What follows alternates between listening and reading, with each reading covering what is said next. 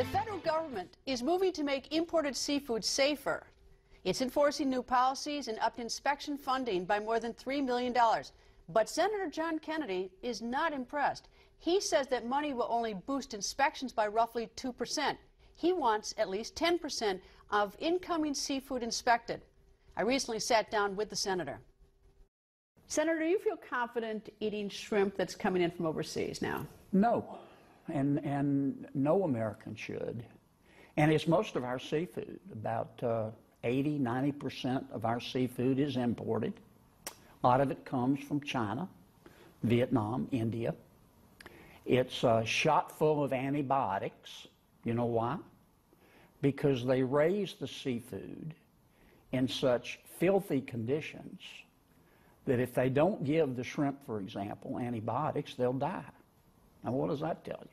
And, of course, the risk of antibiotics is that you might become resistant to it, yes, theoretically. Yes. I mean, if you eat enough foreign seafood, I don't want to overstate this, but if you eat enough foreign seafood, you become resistant to antibiotics when you really have an infection and you need it.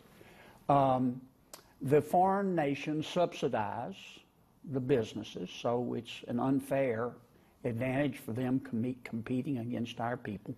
But the health concerns are really paramount. North Carolina did a study recently, found that 1/4 of the seafood being brought into North Carolina from overseas contained formaldehyde. I mean, I don't know what formaldehyde does to you, but I'm not going to run the risk of eating something that could make me sick or grow an extra ear. I mean, nobody knows. And because the seafood's not being inspected, only about maybe 2% of the foreign seafood is inspected. Foreign nations, foreign businesses know this, so they know they're not likely to be caught. That 2% number is from a GAO study from 2017. We're now in 2019. We know about this. The United States knows about it. The FDA knows about it. Why are we still only inspecting a lower number? It may have gone up a bit, but how can we let this happen in this country? It's just not a priority, Greta. How can it not be a priority if it's as alarming as you say and others say? How can it not be a priority? It's our food supply. Well, this is what the critics of my position have said to me. Number one, yes, it's true, but not very many people get sick. Number two, we want to encourage people to eat more seafood. It's better for you than, say, beef. We can debate that. You can stop eating beef, too. I mean, there's another option to that one. Well, we do a better job of inspecting beef. And number three, they tell me, Kennedy, you're being selfish because Louisiana is a seafood state and you just want to stifle competition. Look, I'm proud of the fact that my state produces a lot of seafood. It's fresh, it's natural. But our people, my people, can compete with anyone as long as there's a level playing field. But if their competition is subsidizing the product, if there are no environmental standards, which saves them money, if they're raising these fish in horrible, filthy conditions, so much so that they have to give the fish antibiotics or they'll die, that's not a level playing field. And it's not safe for Americans. And all my people want is a level playing field. But apparently in grocery stores, which I was not familiar, it is identified, and I mean, it's been identified like that for many, many years. I never noticed it until now, because I don't look carefully at the labels. Well, you do have to look carefully. And I also was not aware until Investigative TV and Lee Zurich did this report that so much seafood is coming to this country uninspected with all these problems. And it is a problem, and it's just a question of trying to convince the FDA to make it a priority. The bureaucracy, I don't use that in a pejorative sense, always says too, well, we can't expect without money. Well, I got them a little extra money, But that gets us to 4%. That gives us to 4% of the inspection. That's not a whole lot of inspection, yes. At least in my mind. And it's not just that there's so much product not being inspected. There's no deterrent effect. In other words, a fisherman or a fisherwoman in India says, hey, I can do what I want to here because the chances of me being inspected are virtually nil. And the conditions in which a lot of these fish and the seafood are raised are horrible. Right? They're just, I mean, it would turn your stomach. You wouldn't eat the stuff if you knew it. There's a reason that they give the fish antibiotics. The contaminated fish, for lack of a better word, that's coming from overseas, if in that 2% inspection, or maybe if we're up to 4%, we identify adulterated or contaminated fish or shrimp, what do we do with it? Do we destroy it right on the spot? They destroy it, but to my knowledge... So it doesn't go back to the countries? No, to my knowledge, resold nothing someplace happens. else. Nothing happens. Nobody gets punished.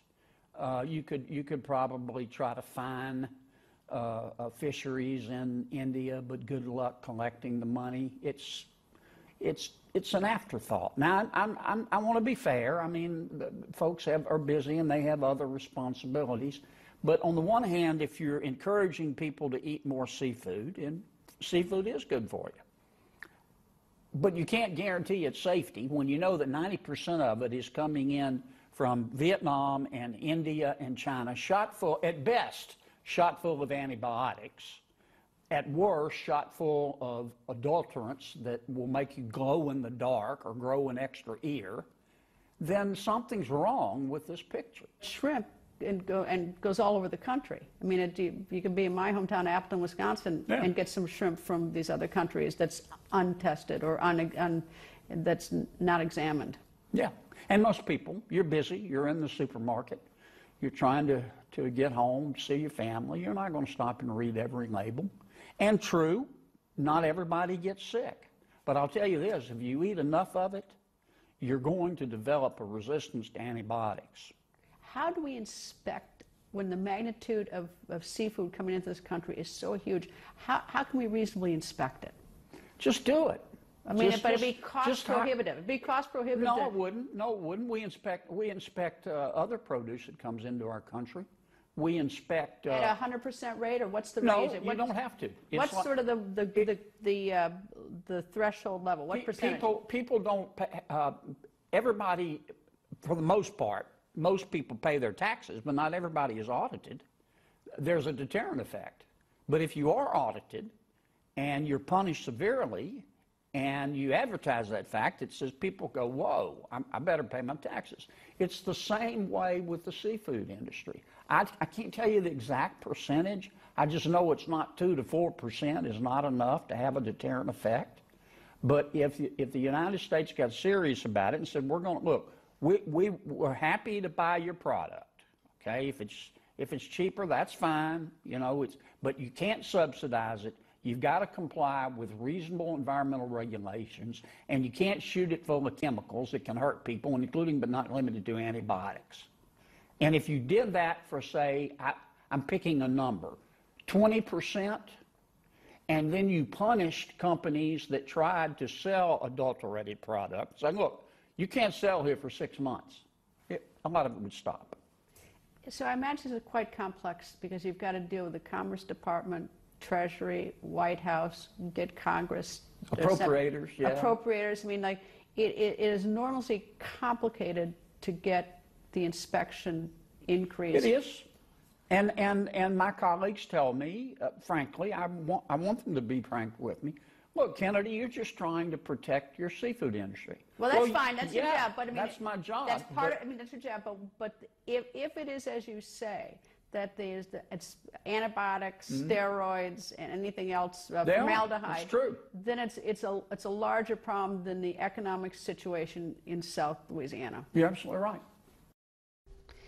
Now for the FDA's take on the issue. It released a statement that you may find vague.